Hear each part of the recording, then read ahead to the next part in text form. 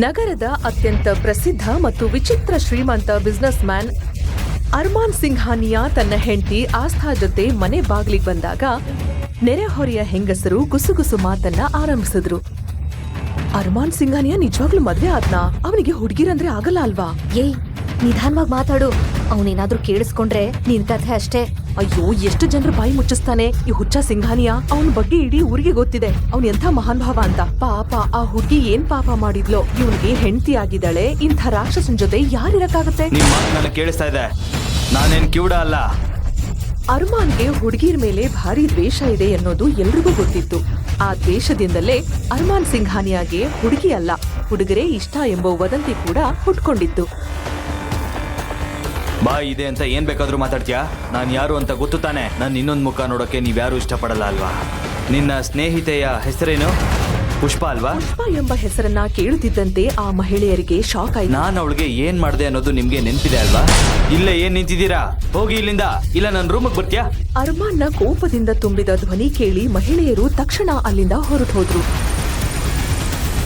ಒಬ್ಬ ರಾಕ್ಷಸನ್ ಜೊತೆ ಮದ್ವೆ?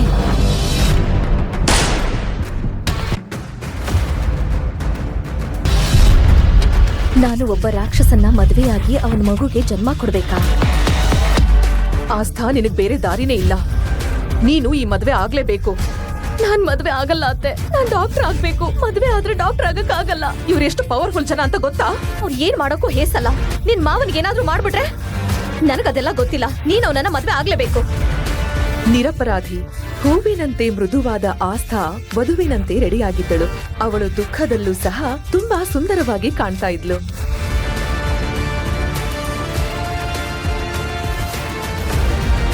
ಮತ್ತೊಂದು ಕಡೆ ಹ್ಯಾಂಡ್ಸಮ್ ಮಾನ್ಸ್ಟರ್ ನಿಂತಿದ್ದ.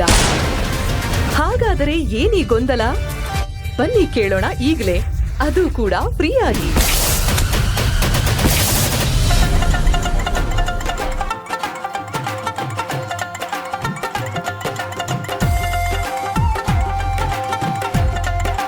ಪ್ರಿಯಾಂಕಾ ಅಕ್ಕ, ನಿನ್ ಮದ್ವೆ ಅಂತಂದ್ರೆ ನಾನ್ ಬರ್ದೇ ಇರ್ತೀನಾ? ಅಜ್ಜಿ, ನಿನ್ನೆ ತಾನೇ ತನ್ನ ಮಾವನ ಮಗಳ ಮದುವೆಗೆ ಅಂತ ಆಸ್ಥಾ ಊರಿಂದ ಇಲ್ಲಿಗೆ ಬಂದಿದ್ದಳು. ಚಿಕ್ಕ ವಯಸ್ಸಿನಿಂದ ಅನಾಥಳಾದ ಆಸ್ಥಾಳನ್ನ ಅವಳ ಅಜ್ಜಿಯೇ ಸಾಕಿದ್ದಳು. ಆಸ್ಥಾಗೆ ಚಿಕ್ಕ ವಯಸ್ಸಿನಿಂದ ಚೆನ್ನಾಗಿ ಓದಿ ದೊಡ್ಡವಳಾದ ಮೇಲೆ ಡಾಕ್ಟರ್ ಆಗ್ಬೇಕು ಅಂತ ಕನಸಿತ್ತು.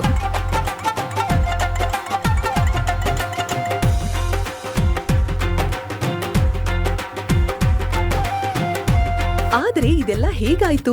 ಮದುವೆಗೆ ಅಂತ ಬಂದವಳೆ ಹೇಗೆ ಮದುಮಗಳಾದಳು? ಬೆಂಗಳೂರಿನ ದೊಡ್ಡ ಪ್ಯಾಲೇಸ್ ನಲ್ಲಿ ಮದುವೆಗೆ ಎಲ್ಲಾ ತಯಾರಿ ನಡೆದಿತ್ತು. ಸಾವಿರಾರು ಜನಗಳು, ಕ್ಯಾಮೆರಾಗಳು, ಇಡೀ ಜಾಗ ವೈಭವದಿಂದ ಜಗಜಗಿಸುತ್ತಿತ್ತು. ಇಡೀ ದೇಶದ ಫೇಮಸ್ ಬಿಸ್ನೆಸ್ ಮ್ಯಾನ್ ಅರ್ಮಾನ್ ಸಿಂಘಾನಿಯಾರ ಮದುವೆ ಇದಾಗಿತ್ತು. ಮಂಟಪದಲ್ಲಿ ಕುಳಿತಿದ್ದ ವರ ವಧುವಿಗಾಗಿ ಕಾಯದೆ ತನ್ನ ಲ್ಯಾಪ್ಟಾಪ್ ಮತ್ತು ಫೋನ್ನಲ್ಲಿ ಬ್ಯುಸಿಯಾಗಿದ್ದ.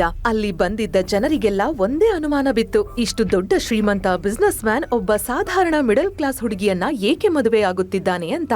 ಮದುವೆ ಶುಭ ಮುಹೂರ್ತ ಹೋಗುತ್ತಿದೆ, ವಧುವನ್ನ ಕರ್ಸಿ. ಹುಡುಗಿನ ಕರ್ಕೊಂಬನ್ನಿ. ಈಗ್ಲೇ ಕರ್ಕೊಂಬರ್ತೀನಿ. ಬಂದೆ.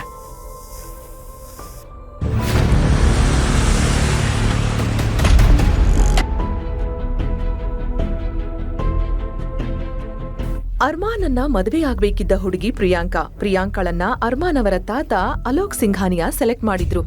ತನ್ನದೇ ಕಂಪನಿಯಲ್ಲಿ ಕೆಲಸ ಮಾಡುತ್ತಿದ್ದ ಮನೋಜ್ ಅವರ ಮಗಳೇ ಪ್ರಿಯಾಂಕಾಗೆ ಈ ಮದುವೆ ಇಷ್ಟವಿಲ್ಲದಿದ್ದರೂ ಅವಳು ಏನೂ ಹೇಳದೆ ಈ ಮದುವೆಗೆ ಒಪ್ಪಿಕೊಂಡಿದ್ದಳು.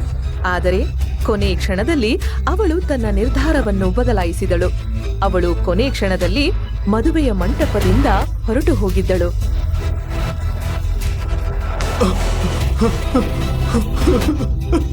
ಪ್ರಿಯಾಂಕಾ, ನೀನ್ ಏನ್ ಮಾಡ್ಬಿಟ್ಟೆ?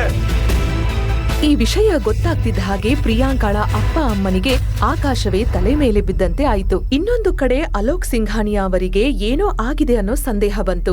ಏನಾಗಿದೆ ಅಂತ ನೋಡಲು ಅವರು ರೂಮ್ ಕಡೆಗೆ ಹೋದರು. ಯಾಕೆ ಹುಡುಗಿ ಇನ್ನೂ ರೆಡಿ ಆಗಿಲ್ವಾ? ಹುಡುಗಿ ರೆಡಿ ಆಗ್ತಾ ಇದ್ದಾಳೆ, ನೀವು ಮುಂದೆ ಹೋಗಿ, ನಾನು ಅವಳ ಕರ್ಕೊಂಬರ್ತೀನಿ. ಆದರೆ ಈ ಸುಳ್ಳು ಹೆಚ್ಚು ಹೊತ್ತು ಉಳಿಯಲಿಲ್ಲ. ಅರ್ಮಾನ್ನ ತಾತ ಅವರಿಗೆ ರೂಮಿಂದ ಯಾರೋ ಅಳುತ್ತಿರುವ ಸದ್ದು ಕೇಳಿಸಿತು.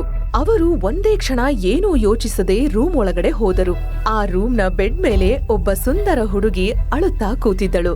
ಅವಳ ಹೆಸರೇ ಆಸ್ಥಾ. ರೂಮ್ನಲ್ಲಿ ಪ್ರಿಯಾಂಕಾ ಇಲ್ಲದೆ ಇರುವುದನ್ನು ನೋಡಿ ಅವರಿಗೆ ತುಂಬಾ ಕೋಪ ಬಂತು. ಪ್ರಿಯಾಂಕಾ ಎಲ್ಲಿದ್ದಾಳೆ? ಪ್ರಿಯಾಂಕಾ ಓಡಿ ಹೋಗಿದ್ದಾಳೆ ಸರ್. ಮತ್ತು ಈ ಆಸ್ಥಾ ಅವಳಿಗೆ ಓಡಿ ಹೋಗಲು ಸಹಾಯ ಮಾಡಿದಾಳೆ ಅಂತ ನನಗನ್ನಿಸ್ತಾ ಇದೆ. ನಾನು ಏನೂ ಮಾಡಿಲ್ಲ ಅತ್ತೆ, ದಯವಿಟ್ಟು ನನ್ನನ್ನ ನಂಬಿ. ಯಾವುದೇ ಕಾರಣಕ್ಕೂ ಈ ಮದ್ವೆ ನಿಲ್ಬಾರ್ದು. ಮದ್ವೆ ಹುಡುಗಿ ಓಡೋದ್ರೆ ಪರವಾಗಿಲ್ಲ, ಅವಳ ಜಾಗದಲ್ಲಿ ಇನ್ನೊಬ್ಬರನ್ನ ಕೂರಿಸಿ. ಈ ಮದ್ವೆ ಆಗ್ಲೇಬೇಕು, ಇಲ್ಲ ಅಂದ್ರೆ ಅರ್ಮಾನ್ ಕೋಪ ಎಲ್ರಿಗೂ ಗೊತ್ತು.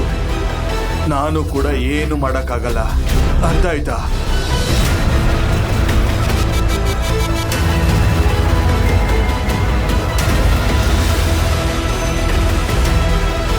ಅರ್ಮಾನ್ಗೆ ಹುಡುಗಿರು ಅಂದ್ರೆ ಆಗ್ತಾ ಇರ್ಲಿಲ್ಲ. ಅವನ ತಾತ ಹಾರ್ಟ್ ಅಟ್ಯಾಕ್ ನ ನಾಟಕ ಮಾಡಿ ಈ ಮದುವೆಗೆ ಅವನನ್ನ ಒಪ್ಸಿದ್ರು. ಈಗ ಹುಡುಗಿ ಓಡಿ ಹೋಗಿದ್ದಾಳೆ ಅಂತ ಗೊತ್ತಾದ್ರೆ ಅರ್ಮಾನ್ ಯಾವತ್ತೂ ಮದುವೆ ಆಗಲ್ಲ ಅನ್ನೋದು ನಿಶ್ಚಯವಾಗಿತ್ತು. ಪ್ರಿಯಾಂಕಾ ತಾಯಿ ಎಲ್ಲಾ ಆರೋಪವನ್ನು ಆಸ್ಥಾ ಮೇಲೆ ಹಾಕುತ್ತಾ ಹೀಗೆಂದಳು, ಇದೆಲ್ಲ ಆಗೋದಕ್ಕೆ ನೀನೇ ಕಾರಣ. ಇದಕ್ಕೆ ಪನಿಷ್ಮೆಂಟ್ ಸಹ ನಿನಗೆ ಸಿಗ್ಬೇಕು. ಈ ಮದುವೆ ನಿಲ್ಲಲ್ಲ. ಈ ಮದುವೆಯ ಮದುಮಗಳು ನೀನೇ, ಗೊತ್ತಾಯ್ತಾ? ಗೊತ್ತಾಯ್ತಾ? ಆಸ್ಥಾಳ ಕಣ್ಣಲ್ಲಿ ಭಯ ಇತ್ತು. ಅವಳು ಅಳುತ್ತಾ ಕೇಳಿದ್ಲು, ನನಗೆ ಮದುವೆ ಬೇಡ ಅತ್ತೆ. ಪ್ಲೀಸ್ ನನ್ನನ್ನ ನನ್ನ ಅಜ್ಜಿ ಹತ್ರ ಹೋಗೋದಕ್ ಬಿಡಿ ಪ್ಲೀಸ್. ಪ್ರಿಯಾಂಕಾ ಅಕ್ಕ ಹೇಳ್ತಾ ಇದ್ಲು, ಅವಳು ಬಾಯ್ ಮುಚ್ಚು, ಒಂದು ಮಾತು ಸಹ ಆಡ್ಬೇಡ. ನಾನು ಹೇಳಿದ ಹಾಗೆ ನೀನ್ ಮಾಡ್ಬೇಕು. ಆಸ್ಥಾ ಅತ್ತಳು, ಕಿರ್ಚಿದ್ಲು. ಆದ್ರೆ ಯಾರು ಸಹ ಅವಳು ಮಾತನ್ನ ಕೇಳಲಿಲ್ಲ. ಆ ಕ್ಷಣದಲ್ಲಿ ಅದು ಒಬ್ಬ ಹುಡುಗಿಯ ಜೀವನ ಆಗಿರಲಿಲ್ಲ, ಅದು ಸಿಂಘಾನಿಯಾ ಎಂಪೈರ್ ನ ಕಳಂಕರಹಿತ ಗೌರವದ ಬಗ್ಗೆ ಆಗಿತ್ತು. ಆಸ್ಥಾ, ನೀನ್ ಈ ಮದ್ವೆ ಮಾಡ್ಕೊಳ್ಳೇಬೇಕು. ಇಲ್ಲದಿದ್ರೆ ಅರ್ಮಾನ್ ಸಿಂಘಾನಿಯಾ ನಮ್ಮನ್ನೆಲ್ಲ ಕೊಂದೇ ಬಿಡ್ತಾನೆ. ಆ ಮನುಷ್ಯ ಎಷ್ಟು ಅಪಾಯಕಾರಿ ಅನ್ನೋದು ನಿಂಗೆ ಗೊತ್ತಿಲ್ಲ. ತಪ್ಪಿಸಿಕೊಳ್ಳಲು ಯಾವುದೇ ದಾರಿ ಉಳಿಯದ ಕಾರಣ ಆಸ್ಥಾಳನ್ನು ಬೇಗ ಭಾರವಾದ ವಧುವಿನ ಉಡುಪಿನಲ್ಲಿ ಸಿದ್ಧಪಡಿಸಲಾಯಿತು. ಅವಳ ಮುಖವನ್ನು ಮುಚ್ಚಲು ಉದ್ದವಾದ ಪರದೆಯನ್ನು ಹಾಕಲಾಯಿತು.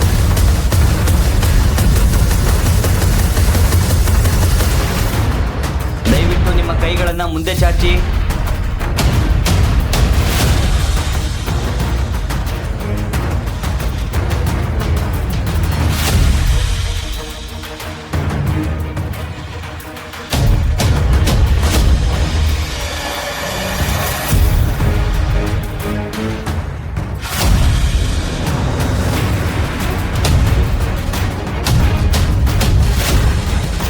ಮುಖವನ್ನು ಸಂಪೂರ್ಣವಾಗಿ ಮುಚ್ಚಿದ್ದರಿಂದ ಅರ್ಮಾನ್ಗೆ ಹುಡುಗಿ ಬದಲಾಗಿದ್ದಾಳೆ ಎಂಬ ವಿಷಯ ತಿಳಿಯಲೇ ಇಲ್ಲ. ಅವನು ಬೇಗ ಮದುವೆಯ ಎಲ್ಲಾ ಶಾಸ್ತ್ರಗಳನ್ನು ಮುಗಿಸಿದ. ಮದುವೆ ಮುಗಿದ ತಕ್ಷಣ ಮತ್ತೆ ತನ್ನ ಫೋನ್ ಮತ್ತೆ ಕೆಲಸದಲ್ಲಿ ತೊಡಗಿಸಿಕೊಂಡ. ಸರ್, ಈ ಫೋಲ್ಡರ್ಲಿ ಈ ಹುಡುಗಿ ಸಂಪೂರ್ಣ ಇನ್ಫಾರ್ಮೇಶನ್ ಇದೆ. ಇದರ ಮಧ್ಯದಲ್ಲಿ ಅರ್ಮಾನ್ನ ತಾತ ಅಲೋಕ್ ಆಸ್ಥಾಳ ಸಂಪೂರ್ಣ ಬಯೋಡೇಟಾವನ್ನ ತರಿಸಿದ್ದರು. ಅವಳ ಬಗ್ಗೆ ಮತ್ತು ಅವಳ ಮನೆಯವರ ಬಗ್ಗೆ ವಿಷಯವನ್ನು ನೋಡುತ್ತಿದ್ದರು. ಆಗ ಅವರ ನೋಟ ಆಸ್ಥಾಳ ಅಪ್ಪ ಅಮ್ಮನ ಫೋಟೋ ಮೇಲೆ ಬಿತ್ತು. ಆಕ್ಸಿಡೆಂಟ್ ನಲ್ಲಿ ತೀರಿ ಹೋಗಿದ್ದ ಅವರ ಅಪ್ಪ ಅಮ್ಮನ ಫೋಟೋ ನೋಡಿ ಅಲೋಕ್ ಅವರಿಗೆ ಗಾಬರಿಯಾಯಿತು. ನಾನು ಫಸ್ಟ್ ಅನ್ಕೋತಾ ಇದ್ದೆ ಒಂದೆರಡು ದಿನ ಆದ್ಮೇಲೆ ಈ ಹುಡುಗಿಗೆ ಡೈವರ್ಸ್ ಕುಡಿಸಿ ಕಳಿಸ್ಬೋದಿತ್ತು ಅಂತ. ಆದ್ರೆ ಇವಳು ತನ್ನ ಇಡೀ ಜೀವನನ ಈ ಅರ್ಮಾನ್ ಹೆಂಡತಿಯಾಗೆ ಕಳಿಬೇಕು. ಮದುವೆ ಮುಗಿದ ಮೇಲೆ ಗಂಡು ಮತ್ತು ಹೆಣ್ಣು ಸಿಂಘಾನಿಯಾ ಮ್ಯಾನ್ಷನ್ಗೆ ತಲುಪಿದರು. ಕಾರ್ ಇಳಿದು ಅರ್ಮಾನ್ ಮನೆ ಒಳಗಡೆ ಹೋಗಲು ಆರಂಭಿಸಿದ. ಅಷ್ಟರಲ್ಲಿ ಅವನ ತಾತ, ಮಗನೇ ಅರ್ಮಾನ್, ಮದುವೆ ಆದ್ಮೇಲೆ ನೀನೊಬ್ನೇ ಮನೆ ಒಳಗಡೆ ಹೋಗ್ಬಾರ್ದು. ನಿನ್ನ ಹೆಂಡತಿಯನ್ನು ಜೊತೆಗೆ ತಗೊಂಡು ಹೋಗ್ಬೇಕು. ಹೋಗಿ ನಿನ್ನ ಹೆಂಡತಿನ ಕರ್ಕೊಂಡ್ ಬಾ. ಚಿಕ್ಕ ವಯಸ್ಸಿನಲ್ಲಿ ತಂದೆ ತಾಯಿಯನ್ನ ಕಳೆದುಕೊಂಡ ನಂತರ ಅರ್ಮಾನ್ ತನ್ನ ಜೀವಕ್ಕಿಂತ ಹೆಚ್ಚು ಪ್ರೀತಿಸಿದ ಏಕೈಕ ವ್ಯಕ್ತಿ ಅಂದರೆ ಅವನ ತಾತ. ಅವರ ಮಾತನ್ನು ಅವನು ಎಂದಿಗೂ ಮೀರುವುದಿಲ್ಲ.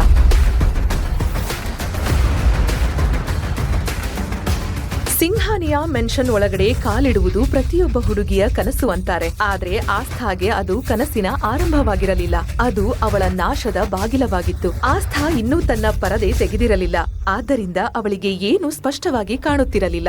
ಅರ್ಮಾನ್ ಕೋಪದಿಂದ ದೊಡ್ಡ ಹೆಜ್ಜೆ ಇಡುತ್ತಾ ಅವಳನ್ನು ಎತ್ತಿಕೊಂಡು ಮನೆಯ ಒಳಗಡೆ ಹೋದ.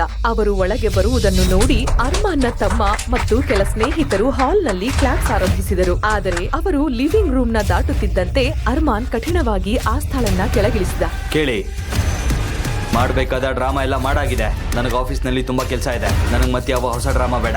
ಹೀಗೆ ಹೇಳಿ ಅರ್ಮಾನ್ ತನ್ನ ಸ್ಟಡಿ ರೂಮ್ಗೆ ಹೋದ. ಎಷ್ಟತ್ತ ಅತ್ತಿಗೆ, ಬನ್ನಿ ನಿಮ್ ರೂಮ್ ತೋರಿಸ್ತೀನಿ. ತಾತನ ಸೂಚನೆ ಸಿಕ್ಕ ತಕ್ಷಣ ಅರ್ಮಾನ್ನ ತಮ್ಮ ಆಹಾನ್ ಆಸ್ಥಾಳನ್ನ ಅರ್ಮಾನ್ ರೂಮ್ಗೆ ಕರೆದುಕೊಂಡು ಹೋದ. ಒಳಗ್ ಬನ್ನಿ ಅತ್ತಿಗೆ. ವೆಲ್ಕಮ್. ಇದು ನಿಮ್ಮ ರೂಮ್. ನಿಮಗೆ ಏನಾದರೂ ಬೇಕಾದರೆ ಬೆಲ್ಲೊತ್ತಿ. ನಿಮ್ಮ ಸೇವೆಗೆ ಯಾರಾದರೂ ಬರ್ತಾರೆ. ನೀವು ಆರಾಮಾಗಿರಿ. ಸ್ವಲ್ಪ ಹೊತ್ತಲ್ಲಿ ಮತ್ತೆ ಬರ್ತೀನಿ. ಆಸ್ಥಾ ಒಳಗಡೆ ಬಂದ ತಕ್ಷಣ ಒಮ್ಮೆ ನೆಮ್ಮದಿಯ ಉಸಿರು ಬಿಟ್ಟಳು. ಅವಳು ತನಗೆ ಗೊತ್ತಿಲ್ಲದ ಯಾರದೋ ಮನೆಯಲ್ಲಿ ಒಬ್ಬಳೇ ಮೊದಲನೇ ಬಾರಿ ಇದ್ದದ್ದು. ಬಾಗಿಲನ್ನು ಸ್ವಲ್ಪ ತಳ್ಳಿದಳು. ಅದು ಆಟೋಮ್ಯಾಟಿಕ್ ಎಲೆಕ್ಟ್ರಾನಿಕ್ ಲಾಕ್ ಇರುವ ಡೋರ್ ಆಗಿತ್ತು. ಇದರ ಬಗ್ಗೆ ಇವಳಿಗೆ ಐಡಿಯಾ ಸಹ ಇರಲಿಲ್ಲ. ಮೊದಲ ಬಾರಿ ಅವಳು ತನ್ನ ಪರದೆಯನ್ನು ಸರಿಸಿ ಜೋರಾಗಿ ನಿಟ್ಟುಸಿರನ್ನ ಬಿಟ್ಟಳು. ತುಂಬಾ ಸುಸ್ತಾಗಿದ್ದ ಆಸ್ಥಾ ಒಮ್ಮೆಲೆ ನಿದ್ರೆಗೆ ಜಾರಿದಳು. ತನ್ನ ಕೆಲಸವನ್ನು ಮುಗಿಸಿ ರಾತ್ರಿ 10 ಗಂಟೆಗೆ ಅರ್ಮಾನ್ ರೂಮಿಗೆ ಬಂದ. ಅವನ ಮಂಚದ ಮೇಲೆ ಅವಳು ಪರದೆ ಹಾಕಿಕೊಂಡೇ ಮಲಗಿದ್ದಳು. ಅದನ್ನು ನೋಡಿ ಅರ್ಮಾನ್ ಹೀಗೆಂದ, ಈ ತಾತ ಇದಾರಲ್ಲ, ನನ್ನ ರೂಮ್ಗೆ ಇವಳನ್ನ ಕಳಿಸೋ ಅಗತ್ಯ ಏನಿತ್ತು? ಈ ಮದುವೆ ಹೆಸರಿಗೆ ಮಾತ್ರ. ಈ ಹುಡುಗಿ ಯಾರಾದ್ರೇನು, ನನಗೆ ಅವಶ್ಯಕತೆ ಇಲ್ಲ. ನನ್ನ ಜೀವನದಲ್ಲಿ ಯಾವ ಹುಡುಗಿ ಬರಲು ಸಾಧ್ಯವಿಲ್ಲ. ಅವನು ಕೆಮ್ಮುತ್ತಾ ಆಸ್ಥಾಳನ್ನ ಎಬ್ಬಿಸಲು ಪ್ರಯತ್ನಪಟ್ಟ. ಗಾಢ ನಿದ್ದೆಯಲ್ಲಿ ಇದ್ದ ಅವಳಿಗೆ ಎಚ್ಚರವಾಗಲಿಲ್ಲ. ಅದರಿಂದ ಕೋಪಗೊಂಡ ಅರ್ಮಾನ್ ಟೇಬಲ್ ಮೇಲಿದ್ದ ಗ್ಲಾಸ್ ಅನ್ನು ಜೋರಾಗಿ ಒಡೆದು ಹಾಕಿದ. ಕೆಳಗೆ ಬೀಳುತ್ತಿದ್ದ ಹಾಗೆ ಆ ಗ್ಲಾಸ್ ಜೋರಾಗಿ ಶಬ್ದ ಮಾಡಿ ಒಡೆದು ಹೋಯಿತು. ಆದರೂ ಸಹ ಅವಳು ಎದ್ದೇಳಲೇ ಇಲ್ಲ. ನಾನು ಇವಳ ಯಾಕೆ ಇಷ್ಟು ಸಾಫ್ಟ್ ಆಗಿ ಎಬ್ಬಿಸ್ಬೇಕು? ಇದನ್ನು ನೋಡಿ ಅವನಿಗೆ ತುಂಬಾ ಸಿಟ್ಟು ಬಂತು. ಅರ್ಮಾನ್ ತನ್ನ ಜೇಬಿನಿಂದ ಒಂದು ಗನ್ನನ್ನು ಹೊರತೆಗೆದ. ಅದನ್ನು ಆಸ್ಥಾ ಮಲಗಿದ್ದ ಬೆಡ್ ಪಕ್ಕಕ್ಕೆ ಗುರಿ ಇಟ್ಟ. ಗುಂಡಿನ ಶಬ್ದ ಕೇಳ್ತಿದ್ದ ಹಾಗೆ ಆಸ್ಥಾ ತುಂಬಾ ಭಯಪಟ್ಟು ಎದ್ದು ಕೂತಳು. ಗನ್ ಫೈರ್ ಆದ ಸೌಂಡ್ ಅನ್ನ ಕೇಳಿ ಅರ್ಮಾನ್ನ ತಾತ ಮತ್ತು ಅವನ ತಮ್ಮ ಅಲ್ಲಿಗೆ ಓಡಿ ಬಂದರು. ನೀನ್ ಏನ್ ಮಾಡ್ತಾ ಇದೀಯ ಅರ್ಮಾನ್? ಈ ಹುಡುಗಿಗೆ ಯಾಕೆ ಇಷ್ಟೊಂದು ಭಯ ಪಡಿಸ್ತೀಯ? ನೀವು ಹೇಳಿದ್ರಿ ಅಂತ ನಾನು ಈ ಮದ್ವೆ ಆದೆ ಅಷ್ಟೇ. ಅದ್ರ ಅರ್ಥ ನಾನು ಈ ಮದ್ವೆನ ನಿಭಾಯಿಸ್ತೀನಿ ಅಂತಲ್ಲ. ನಾನು ಆ ಗುಂಡನ್ನ ಅವಳ ಪಕ್ಕದಲ್ಲಿ ಹಾರಿಸಿದೀನಿ ಅಂತ ಖುಷಿ ಪಡಿ. ಅರ್ಮಾನ್ನ ಮಾತು ಎಲ್ಲರ ಕಿವಿಗೆ ತಲುಪುತ್ತಿದ್ದ ಹಾಗೆ ರೂಮ್ನ ವಾತಾವರಣ ಮೌನವಾಗಿ ಬಿಟ್ಟಿತ್ತು. ಅರ್ಮಾನಣ್ಣ, ಇದು ಸರಿಯಲ್ಲ. ನೀವು ಅತ್ತಿಗೆನ ಯಾಕೆ ಭಯ ಪಡಿಸ್ತೀರಾ? ನಿನಗೆ ಅವಳ ಅತ್ತಿಗೆ ಅಂತ ಯಾರು ಹೇಳಿದ್ದು? ಅವಳು ನಿನ್ನ ಅತ್ತಿಗೆ ಅಲ್ಲ. ಹಾ ತಾತ. ಸೊಸೆನ ಗೆಸ್ಟ್ ರೂಮ್ ಕರ್ಕೊಂಡು ಹೋಗು. ಹಾ ತಾತ. ಮಗಳೇ, ನಿನ್ ಸಾಮಾನುಗಳನ್ನ ಅಲ್ಲಿಗೆ ಕಳಿಸ್ತೀನಿ. ದಯವಿಟ್ಟು ನನ್ನ ಜೊತೆ ಬನ್ನಿ.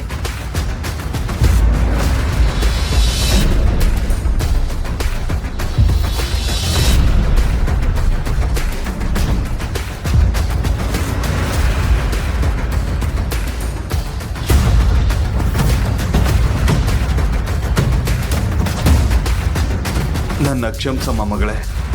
ನಿನಗೆ ನಾವು ಅನ್ಯಾಯ ಮಾಡಿದೀವಿ ಅನ್ನೋದು ನನಗೆ ಗೊತ್ತಮ್ಮ. ಆದ್ರೆ ನನಗೆ ಬೇರೆ ದಾರಿ ಇರಲಿಲ್ಲ. ತಾತ, ನೀವ್ಯಾಕೆ ಕ್ಷಮೆ ಕೇಳ್ತಾ ಇದ್ದೀರಾ? ನಡೆದಿರೋದ್ರಲ್ಲಿ ನಿಮ್ ತಪ್ಪೇನೂ ಇಲ್ಲ. ಅಷ್ಟ ಕೇಳು ಮಗಳೇ, ನೀನೇನಾದ್ರೂ ನಮ್ಮ ಅರ್ಮಾನ್ನ ಬದಲಾಯಿಸಿದ್ರೆ ನೀನ್ ಡಾಕ್ಟರ್ ಆಗುವ ಕನ್ಸನ್ನ ನಾನು ಈಡೇರಿಸ್ತೀನಿ. ನನ್ನ ಮಾತು ನಂಬು. ನಾನು ಪ್ರಾಮಿಸ್ ಮಾಡ್ತಾ ಇದ್ದೀನಿ. ಇದನ್ನು ಕೇಳುತ್ತಿದ್ದಂತೆಯೇ ಆಸ್ಥಾಳ ಮನಸ್ಸಿನಲ್ಲಿ ಮತ್ತೆ ಆಸೆ ಹುಟ್ಟಿತು. ನನಗೆ ನಿನ್ ಮೇಲೆ ಸಂಪೂರ್ಣ ನಂಬಿಕೆ ಇದೆ. ನೀನು ಈ ಕೆಲಸ ಮಾಡೇ ಮಾಡ್ತೀಯ. ನಾನು ನಿನ್ನ ಸೂಟ್ ಕೇಸ್ಗಳನ್ನು ಇಲ್ಲಿಗೆ ಕಳಿಸ್ಕೊಡ್ತೀನಿ. ನೀನು ಡ್ರೆಸ್ ಚೇಂಜ್ ಮಾಡಿ ಚೆನ್ನಾಗಿ ರೆಸ್ಟ್ ಮಾಡಿ ನೀನು ಇಲ್ಲೇ ಮಲ್ಕೋ. ನಾಳೆ ಅರ್ಮಾನ್ ಬಿಸ್ನೆಸ್ ಡೀಲ್ಗಾಗಿ ಹೋಗಬೇಕಾಗಿದೆ.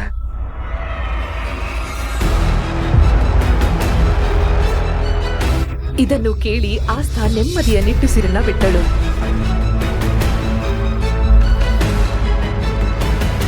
ಮರುದಿನ ಬೆಳಗ್ಗೆ ಎದ್ದು ಅವಳು ಕಿಟಕಿಯಿಂದ ಹೊರಗಡೆ ನೋಡಿದಳು. ಇದೇ ಮೊದಲನೇ ಬಾರಿಗೆ ಅವಳು ತನ್ನ ಹಳ್ಳಿಯನ್ನ ಬಿಟ್ಟು ಸಿಟಿಯಲ್ಲಿ ಒಂದು ದಿನ ಕಳೆದಿದ್ದು. ಅವಳು ರೆಡಿಯಾಗಿ ಗಾರ್ಡನ್ ಹತ್ತಿರಕ್ಕೆ ಬಂದಳು. ಅಲ್ಲಿ ಯಾರೋ ಫಾರ್ಮಲ್ಸ್ ಡ್ರೆಸ್ ಹಾಕಿದ್ದ ಒಬ್ಬ ವ್ಯಕ್ತಿಯನ್ನ ನೋಡಿದಳು. ಅವನು ಗಿಡದ ಟೊಂಗೆಗಳನ್ನ ಕತ್ತರಿಸುತ್ತಿದ್ದ. ಆಮೇಲೆ ಇನ್ನೇನು, ಓ ಮೈ ಗಾಡ್, ಇವ್ನ್ ಯಾರೋ ಹುಚ್ಚ ಇರ್ಬೇಕು. ಅರ್ಮಾನ್ನ ದುಬಾರಿ ಗಿಡಗಳನ್ನ ಹಾಳು ಮಾಡ್ತಾ ಇದ್ದಾನೆ. ಅರ್ಮಾನ್ಗಿದು ಗೊತ್ತಾದ್ರೆ ಇವನ್ ಕಥೆ ಮುಗ್ದೇ ಹೋಗುತ್ತೆ.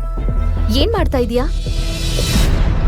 ಆ ವ್ಯಕ್ತಿ ಆಸ್ಥಾಳ ಕಡೆಗೆ ತಿರುಗಿದ. ಅವನ ಆಳವಾದ ಕಪ್ಪು ಕಣ್ಣುಗಳು ಅವಳನ್ನೇ ಚುಚ್ಚುವಂತೆ ಕಂಡವು. ತಾನು ಮದುವೆಯಾಗಿದ್ದ ವ್ಯಕ್ತಿಯನ್ನು ಆಸ್ಥಾ ಇಲ್ಲಿಯವರೆಗೂ ಸರಿಯಾಗಿ ನೋಡಿರಲಿಲ್ಲ. ನಾನ್ ನಿನ್ನನ್ನ ಕಾಪಾಡ್ತಾ ಇದ್ರೆ ನೀನು ನನ್ನನ್ನೇ ಗುರಾಯಿಸ್ತಾ ನೋಡ್ತಾ ಇದೀಯಾ?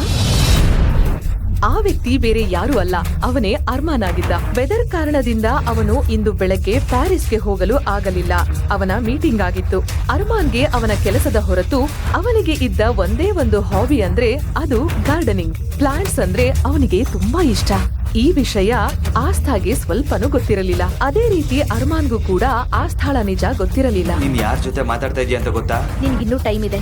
ನಿನ್ ಬ್ಯಾಗ್ ಅನ್ನ ಈಗ್ಲೇ ಪ್ಯಾಕ್ ಮಾಡಿ ಇಲ್ಲಿಂದ ಓಡ್ ಹೋಗು. ನನ್ ಮಾತನ್ನ ಕೇಳು, ಅದೇ ನಿನಗೆ ಒಳ್ಳೇದು. ಹಠಾತ್ತನೆ ಅರ್ಮಾನ್ ಸಿಸರನ್ನ ಒಂದು ಬದಿಗೆ ಎಸೆದು ಆಸ್ಥಾಳ ಕೈ ಹಿಡಿದು ತನ್ನ ಕಡೆಗೆ ಎಳೆದ.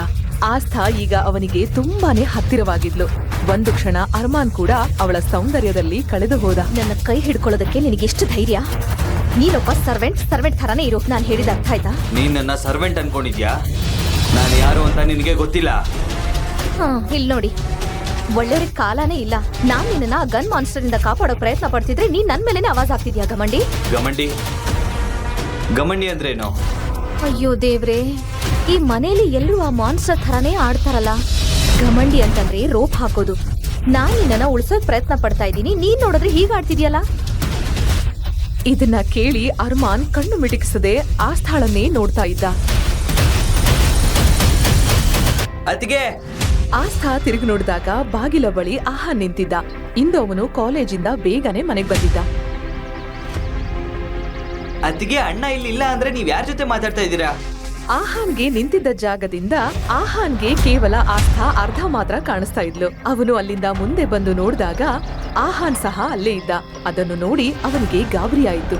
ಅದೇ ಗಾಬರಿಯಲ್ಲಿ ಅವನು ಹೇಳಿದ, ಅತ್ತಿಗೆ, ನನ್ ಮಾತಿನ ಅರ್ಥ ಅಂದ್ರೆ ಮೇಡಮ್, ದಯವಿಟ್ಟು ನೀವು ಒಳಗಡೆ ಬನ್ನಿ.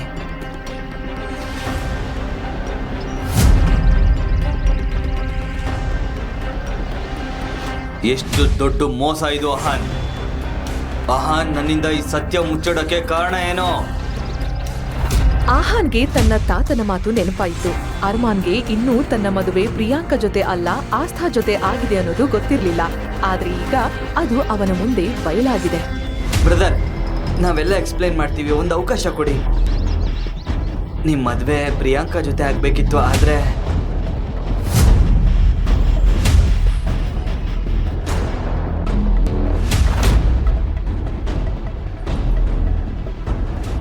ಆಹಾನ್ ಮದುವೆಯ ಸಂಪೂರ್ಣ ಸತ್ಯವನ್ನ ಅರ್ಮಾನ್ಗೆ ಹೇಳುತ್ತಿದ್ದಂತೆ ಅರ್ಮಾನ್ಗೆ ತುಂಬಾ ಕೋಪ ಬಂತು.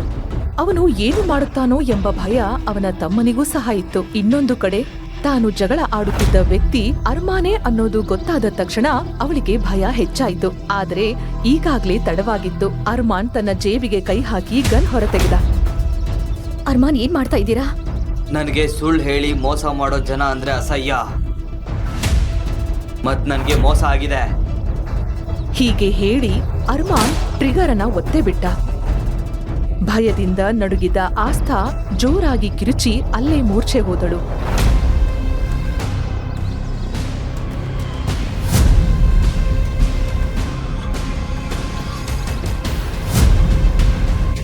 ಆಹಾನ್ ಆಸ್ಥಾಳನ್ನ ಸೋಫಾ ಮೇಲೆ ಮಲಗಿಸಿ ತನ್ನ ಸ್ನೇಹಿತ ಧ್ರುವಗೆ ಮನೆಗೆ ಬರಲು ಕರೆ ಮಾಡಿದ.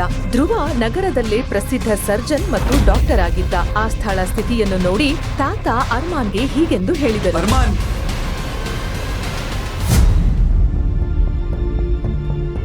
ಅರ್ಮಾನ್, ನಿನ್ನ ಮದ್ವೆ ಪ್ರಿಯಾಂಕಾ ಜೊತೆ ಫಿಕ್ಸ್ ಆಗಿತ್ತು.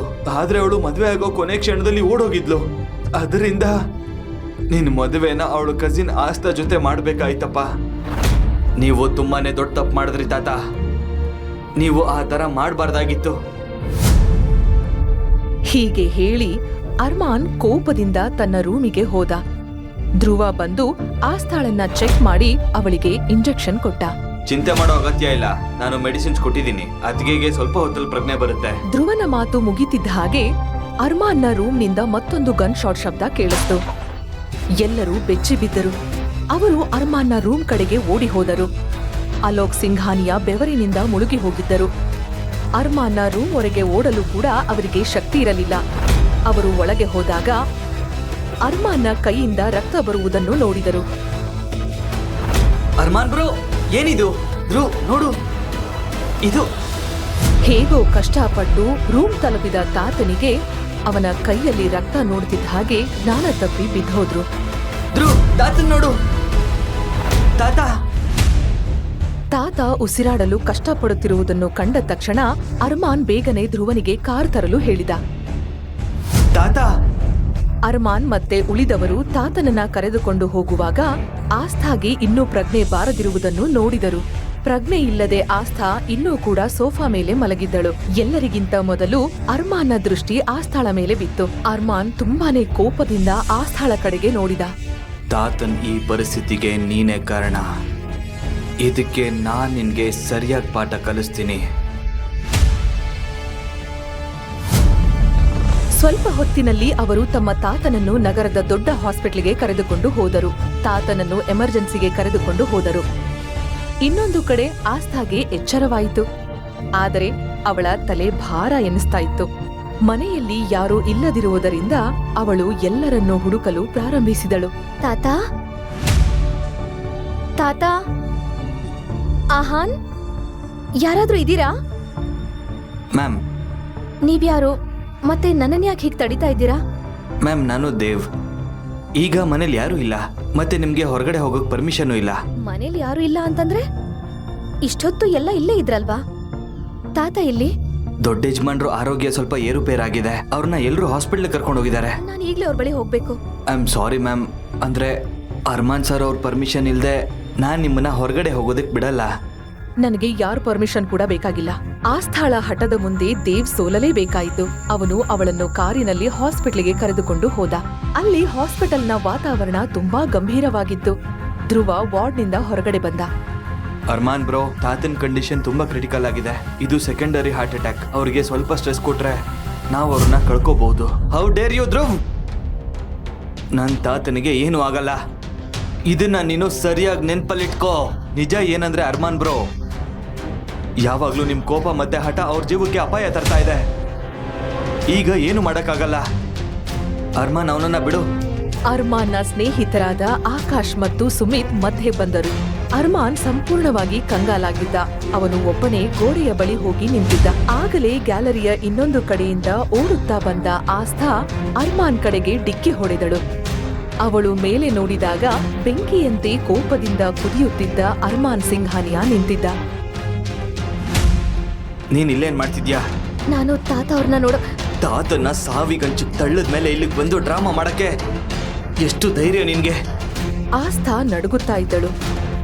ತಾನು ಮದುವೆಯಾದ ವ್ಯಕ್ತಿ ಇಷ್ಟು ಕ್ರೂರಿಯಾಗಿರುತ್ತಾನೆ ಎಂದು ಅವಳು ಊಹಿಸಿರಲಿಲ್ಲ. ದಯವಿಟ್ಟು ತಾತನ ನೋಡೋದಕ್ ಬಿಡಿ ಪ್ಲೀಸ್. ಏಯ್, ಅವ್ರನ್ನ ನೀನು ತಾತ ಅಂತ ಕರಿಬೇಡ. ಅವರು ನನ್ ತಾತ. ನೀನು ನಿನ್ ಸೌಂದರ್ಯದ ಬಲೆಯಿಂದ ನನ್ನನ್ನ ಬಳಸ್ಕೋಬಹುದು ಅಂತ ಅನ್ಕೊಂಡಿದ್ಯಾ ನೀನು? ಮತ್ತೆ ನಿನ್ನ ಇನ್ನೋಸೆಂಟ್ ಡ್ರಾಮಾ ಇಂದ ನನ್ನ ಮನೆಯವ್ರನ್ನ ಗೆಲ್ಬಹುದು ಅಂತ ಅನ್ಕೊಂಡಿದ್ಯಾ? ಅದು ಯಾವತ್ತು ಈಡೇರಲ್ಲ. ನಾನ್ ಯಾವತ್ತು ನೀನ್ ಈ ಸೌಂದರ್ಯಕ್ಕೆ ಬೀಳಲ್ಲ. ಆಸ್ಥಾ ಏನೋ ಹೇಳಲು ಯತ್ನಿಸಿದಳು, ಆದರೆ ಮಾತು ಅವಳ ಗಂಟಲಲ್ಲೇ ಸಿಲುಕಿತು. ಆಗ ಹಿಂದೆ ದೇವ್ನ ಧ್ವನಿ ಕೇಳಿಸಿತು. ಬಾಸ್, ತಾತಂಗೆ ಪ್ರಜ್ಞೆ ಬಂತು. ಅವ್ರು ನಿಮ್ಮನ್ನ ನೋಡ್ಬೇಕು ಅಂತ ಹೇಳ್ತಾ ಇದಾರೆ. ಅರ್ಮಾನ್ ಆಸ್ಥಾಳ ಕೈಯನ್ನು ಪಟ್ಟಂತ ಬಿಟ್ಟು ಅಲ್ಲಿಂದ ವಾರ್ಡ್ ಕಡೆಗೆ ಓಡಿದ. ಅವನನ್ನ ನೋಡಿ ತಾತ ಹೀಗೆಂದರು. ಅರ್ಮಾನ್, ನನಗೆ ಗೊತ್ತಿದೆ ನಿನಗೆ ಈ ಮದುವೆ ಇಷ್ಟ ಇರಲಿಲ್ಲ ಅಂತ. ಆದ್ರೆ ಆಸ್ಥಾ ಈ ಮನೆ ಸೊಸೆ. ಅವಳನ್ನ ನೀನು ಚೆನ್ನಾಗಿ ನೋಡ್ಕೋಬೇಕು. ತಾತ, ಆ ಹುಡುಗಿ ನನ್ನ ಜೀವನದಲ್ಲಿ ಯಾವತ್ತೂ ಭಾಗಿಯಾಗಲ್ಲ. ಅರ್ಮಾನ್ ಬ್ರೋ, ನೀವೇನ್ ಹೇಳ್ತಾ ಇದ್ದೀರಾ? ಅತ್ತಿಗೆ ಹೊರಗಡೆನೇ ಇದ್ದಾರೆ. ಯಾರು ಅತ್ಗೆ? ಅವಳು ನಿನ್ನ ಅತ್ಗೆ ಅಲ್ಲ. ಸರಿಯಾಗಿ ಕೇಳಿಸ್ಕೊಳ್ಳಿ, ಅವಳ ಜೊತೆ ಯಾವುದೇ ಸಂಬಂಧ ಇರೋದಿಲ್ಲ.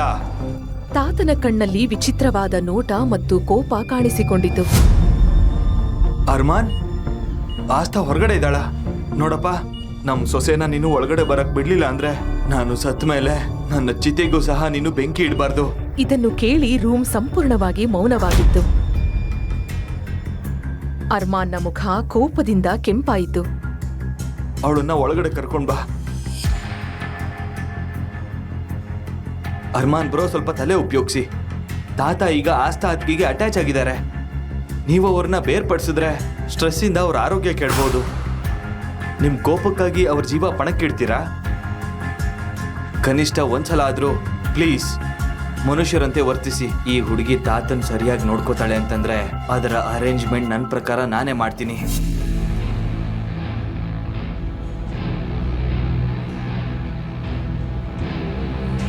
ನಿನ್ ಬುದ್ಧಿವಂತಿಕೆ ಮೆಚ್ಚಬೇಕು.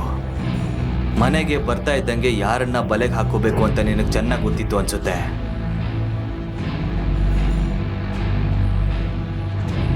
ತಾತ ಹಾಸ್ಪಿಟಲಲ್ಲಿ ಇರೋವರೆಗೂ ನೀನು ನನ್ನ ಹೆಂಡತಿಯಾಗಿ ನಾಟಕ ಮಾಡಬೇಕು.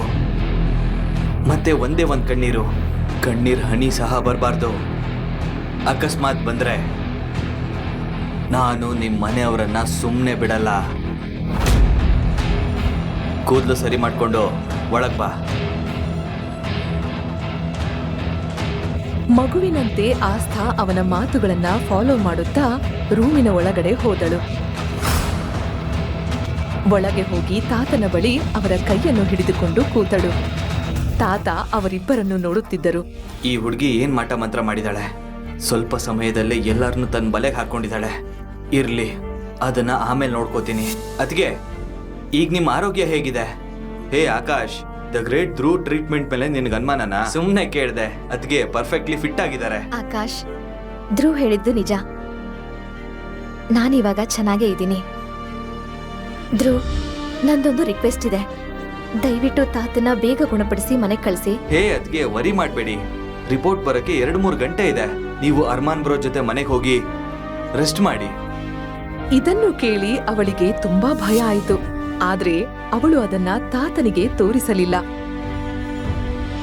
ಆಸ್ತಾ, ಧ್ರುವ ಹೇಳಿದ್ದು ಸರಿ. ನಿನಗೆ ಹುಷಾರಿಲ್ಲ ಅಂದ್ರೆ ತಾತನ ಯಾರು ನೋಡ್ಕೋತಾರೆ? ಬಾ ಮನೆಗೆ ಹೋಗೋಣ.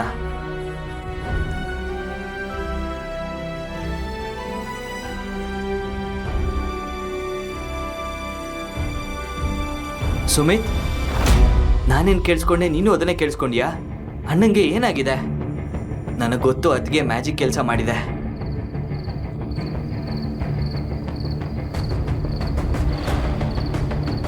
ಡಿಯರ್ ಗಾಡ್, ಇಂದು ನನ್ನನ್ನ ಈ ರಾಕ್ಷಸನಿಂದ ಕಾಪಾಡು. ನಾನು ನಿನಗೆ 101 ತೆಂಗಿನಕಾಯಿ ಹೊಡಿತೀನಿ. ಪ್ಲೀಸ್ ಇವತ್ತು ನನ್ನ ಉಳಿಸು.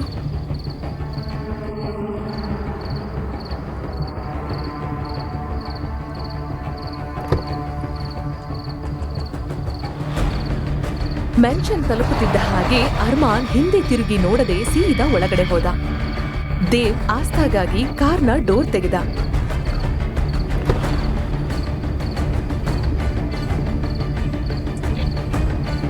ದೇವ್ ಬ್ರೋ, ಉಳಿದವ್ರು ಯಾವಾಗ ಬರ್ತಾರೆ ಅಂತ ಏನಾದ್ರೂ ಹೇಳಿದ್ರಾ? ಚಿಂತಿಸ್ಬೇಡಿ, ಅವರು 3 ಗಂಟೆಗಳಲ್ಲಿ ಬರ್ತಾರೆ. ನಿಮಗೇನೇ ಬೇಕಾದರೂ ನಾನು ಇಲ್ಲೇ ಇದ್ದೀನಿ, ನನ್ನ ಕೇಳಿ. ಆಸ್ಥಾ ಅರ್ಮಾನ್ ಜೊತೆ ಒಬ್ಳೇ ಇರ್ಬೇಕೆಂಬ ಭಯದಿಂದ ನಡುಗ್ತಾ ಇದ್ಲು ಅನ್ನೋದನ್ನ ದೇವ್ ಅರ್ಥ ಮಾಡಿಕೊಂಡಿದ್ದ. ಅವಳು ಒಳಗಡೆ ಕಾಲಿಟ್ಟ ತಕ್ಷಣ ಒಬ್ಬ ಸರ್ವೆಂಟ್ ಅವಳ ಬಳಿಗೆ ಬಂದ. ಮ್ಯಾಮ್, ಸರ್ ನಿಮ್ಮನ್ನ ಅವ್ರ ರೂಮಿಗೆ ಕರೀತಾ ಇದ್ದಾರೆ. ಇದನ್ನು ಕೇಳಿ ಆಸ್ಥಾಳ ಗಂಟಲು ಒಣಗಿತ್ತು. ಅವಳು ಮತ್ತೆ ಅದೇ ರೂಮ್ಗೆ ಹೋಗಬೇಕಾಗಿತ್ತು. ಯಾವ ರೂಮ್ನಲ್ಲಿ ಅವಳಿಗೆ ಗುಂಡನ್ನು ಹಾರಿಸಲಾಗಿತ್ತೋ ಅದೇ ರೂಮ್. ಅವಳಿಗೆ ತುಂಬಾ ಭಯವಾಗಿತ್ತು. ಆದರೂ ಧೈರ್ಯ ಮಾಡಿ ಅವಳು ಡೋರ್ನ ನಾಕ್ ಮಾಡಿದ್ಲು. ಅವಳು ಒಳಗಡೆ ಹೋಗುವುದಕ್ಕೆ ಹೇಗೆ ಹಿಂಜರಿಯುತ್ತಿದ್ದಳೋ ಆ ರೂಮ್ನಿಂದ ಒಂದು ಭಯಾನಕ ಧ್ವನಿ ಬಂತು.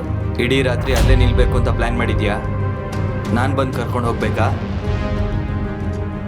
ಬಾ ಒಳಗೆ. ಆಸ್ಥಾ ಭಯದಿಂದಲೇ ಒಳಗಡೆ ಹೆಜ್ಜೆ ಇಟ್ಟಳು. ರೂಮ್ನ ತುಂಬಾ ಮಂದ ಬೆಳಕಿತ್ತು. ಅರ್ಮಾನ್ ಸೋಫಾದಲ್ಲಿ ಬೇಟೆಗಾರನಂತೆ ಕೋಪದಿಂದ ಕುಳಿತಿದ್ದ. ಇವತ್ತಿಂದ ನಿನ್ನ ಕೆಲಸ ತಾತನ್ನ ನೋಡ್ಕೊಳ್ಳೋದು ಅಷ್ಟೇ. ನಿನ್ನ ಲೆವೆಲ್ ಒಬ್ಬ ಕೇರ್ ಟೇಕರ್ ಮತ್ತೆ ಸರ್ವೆಂಟ್ನದ್ದು ಅಷ್ಟೇ. ಅದಕ್ಕಿಂತ ಹೆಚ್ಚು ಏನೂ ಇಲ್ಲ. ಈ ವಿಷಯ ನಮ್ಮ ತಾತ, ನಮ್ಮ ತಮ್ಮ, ನಮ್ಮ ಸ್ನೇಹಿತರಿಗೆ ಈ ವಿಷಯ ಗೊತ್ತಾಗಬಾರ್ದು. ಅವ್ರಿಗೇನಾದ್ರೂ ವಿಷಯ ಗೊತ್ತಾದ್ರೆ ಊರಿನಲ್ಲಿ ನಿನ್ನ ಅಜ್ಜಿ ಕತೆ ಏನಾಗುತ್ತೆ ಅಂತ ನಿನಗೆ ತುಂಬಾ ಚೆನ್ನಾಗಿ ಗೊತ್ತು ಅನ್ಸುತ್ತೆ. ಆಸ್ಥಾಗೆ ಅರ್ಮಾನ್ ಒಬ್ಬ ಎಕ್ಸಿಕ್ಯೂಷನರ್ ಹಾಗೆ ಕಾಣಿಸುತ್ತಿದ್ದ. ಅವಳು ತಲೆ ತಗ್ಗಿಸಿ ನಿಂತಿದ್ದಳು. ಅವಳ ಕಣ್ಣೀರು ಮೌನವಾಗಿ ಹರಿತಾ ಇತ್ತು. ಅರ್ಮಾನ್ ಆಸ್ಥಾಳ ಕಣ್ಣೀರನ್ನ ನೋಡಿದ. ಆದರೆ ಅವನ ಹೃದಯ ಕರಗಲಿಲ್ಲ. ಈ ಕಣ್ಣೀರು ನನ್ನ ಮುಂದೆ ನೀನು ಎಷ್ಟು ಬೇಕಾದ್ರೂ ಅಳು, ಆದ್ರೆ ತಾತ ಅಥವಾ ನನ್ನ ಫ್ರೆಂಡ್ಸ್ ಮುಂದೆ ಒಂದೇ ಒಂದು ಹನಿ ಬಿದ್ರು ಅದ್ರ ಪರಿಣಾಮ ಏನಾಗುತ್ತೆ ಅನ್ನೋದು ನಿನಗೆ ಗೊತ್ತಿರಲಿ. ನಿನಗೆ ತುಂಬಾ ಚೆನ್ನಾಗಿ ಗೊತ್ತು. ಒಂದ್ ವೇಳೆ ಆ ಥರ ಆದ್ರೆ ನಿಜವಾಗ್ಲೂ ಅದ್ರ ಪರಿಣಾಮ ಚೆನ್ನಾಗಿರಲ್ಲ. ಹಳ್ಳಿಲಿ ಎಲ್ರು ನನ್ನನ್ನ ತುಂಬಾ ಪ್ರೀತಿಸ್ತಾ ಇದ್ರು. ಈ ಅಪರಿಚಿತ ವ್ಯಕ್ತಿ ಮಾತ್ರ ನನ್ನನ್ನ ಇಷ್ಟು ದ್ವೇಷಿಸ್ತಾ ಇದ್ದಾನೆ. ನಿನ್ ಸಾಮಾನುಗಳನ್ನ ತಗೊಂಡು ಈ ರೂಮ್ಗೆ ಶಿಫ್ಟ್ ಆಗು. ಈ ರೂಮ್ಗ ಯಾವುದೇ ಕನ್ಸು ಕಾಣ್ಬೇಡ. ಈ ಜಗತ್ತಿಗೆ ಮಾತ್ರ ನಾವು ಗಂಡ ಹೆಂಡ್ತಿ. ಅದಕ್ಕೆ ನಾವು ಒಂದೇ ರೂಮಲ್ಲಿ ಇರಬೇಕು. ಹಾಗಂತ ನನ್ನ ಬೆಡ್ ಮೇಲೆ ಮಲ್ಕೋಬೇಡ.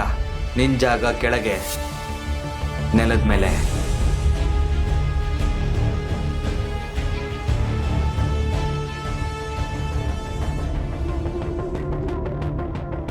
ಆಸ್ಥಾ ತಾತ ಕೊಟ್ಟಿದ್ದ ಅದೇ ರೂಮ್ಗೆ ಓಡಿ ಹೋಗಿ ರೂಮ್ ಒಳಗಡೆ ಜೋರಾಗಿ ಅಳತೊಡಗಿದಳು. ಆದರೆ ಆಗಲೇ ಅವಳಿಗೆ ಅರ್ಮಾನ್ ಅಜ್ಜಿ ಬಗ್ಗೆ ಹೇಳಿದ ಮಾತು ನೆನಪಾಯ್ತು. ಊರ್ನಲ್ಲಿ ನಿನ್ನ ಅಜ್ಜಿ ಕತೆ ಏನಾಗತ್ತೆ ಅಂತ ನಿನಗ್ ಚೆನ್ನಾಗ್ ಗೊತ್ತು ಅಲ್ವಾ?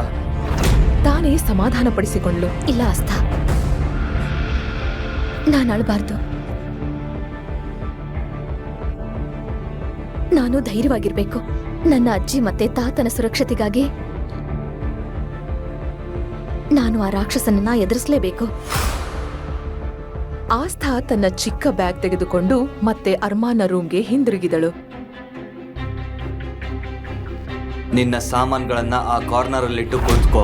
ಈಗಿನ್ನೇನ್ ಬೇಕಿವನಿಗೆ? ಇನ್ನೂ ಏನಾದ್ರೂ ಉಳಿದಿದ್ಯಾ? ಆ ಪ್ರೊಫೈಲ್ ತಗೋ, ಅದ್ರೊಳಗಡೆ ಕಾಂಟ್ರಾಕ್ಟ್ ಇದೆ. ನೀನು ನನ್ನ ಜೊತೆ ಈ ರೂಮ್ ನಲ್ಲಿ ಇರೋವರೆಗೂ ಆ ಕಾಂಟ್ರಾಕ್ಟ್ ಪ್ರಕಾರ ಬದುಕಬೇಕು. ಸೈನ್ ಮಾಡು. ಫೈಲ್ ಒಳಗಿದ್ದ ಕಾಂಟ್ರಾಕ್ಟ್ ಪೇಪರ್ಸ್ ಗಳನ್ನ ನೋಡುತ್ತಿದ್ದಂತೆ ಆಸ್ಥಾಳ ಕಣ್ಣುಗಳು ದೊಡ್ಡದಾದವು. ಅವಳ ಮುಖದ ಎಕ್ಸ್ಪ್ರೆಷನ್ ಬದಲಾಯಿತು. ಆ ಪೇಪರ್ಸ್ ಗಳಲ್ಲಿ ಏನಿತ್ತು? ಅದು ಆಸ್ಥಾಳನ್ನ ಇಷ್ಟು ಬೆಚ್ಚಿ ಬೀಳುವಂತೆ ಏಕೆ ಮಾಡಿತು? ತನ್ನ ಅಜ್ಜಿಯನ್ನು ಉಳಿಸಲು ಅವಳು ಸೈನ್ ಮಾಡ್ತಾಳಾ? ಅರ್ಮಾನ್ನ ಕೋಪದ ಹಿಂದೆ ಯಾವ ಪಾಸ್ಟ್ನ ರಹಸ್ಯ ಅಡಗಿದೆ? ಆಸ್ಥಾಳ ಕಥೆಯಲ್ಲಿ ಮುಂದೆ ಏನಾಗಲಿದೆ? ಅವಳು ಅರ್ಮಾನ್ನ ಕಲ್ಲಿನ ಹೃದಯವನ್ನು ಕರಗಿಸಿ ಅವರ ನಡುವೆ ಪ್ರೇಮ ಕಥೆ ಆರಂಭವಾಗುತ್ತಾ? ಸ್ನೇಹಿತರೆ, ಈಗ ಸಂಪೂರ್ಣ ಕಥೆಯನ್ನು ಈಗಲೇ ಕೇಳಲು ಡಿಸ್ಕ್ರಿಪ್ಷನ್ ನಲ್ಲಿ ಕೊಟ್ಟಿರುವ ಲಿಂಕ್ ಮೇಲೆ ಕ್ಲಿಕ್ ಮಾಡಿ ಪಾಕೆಟ್ FM ಆಪ್ ನ ಡೌನ್ಲೋಡ್ ಮಾಡಿ.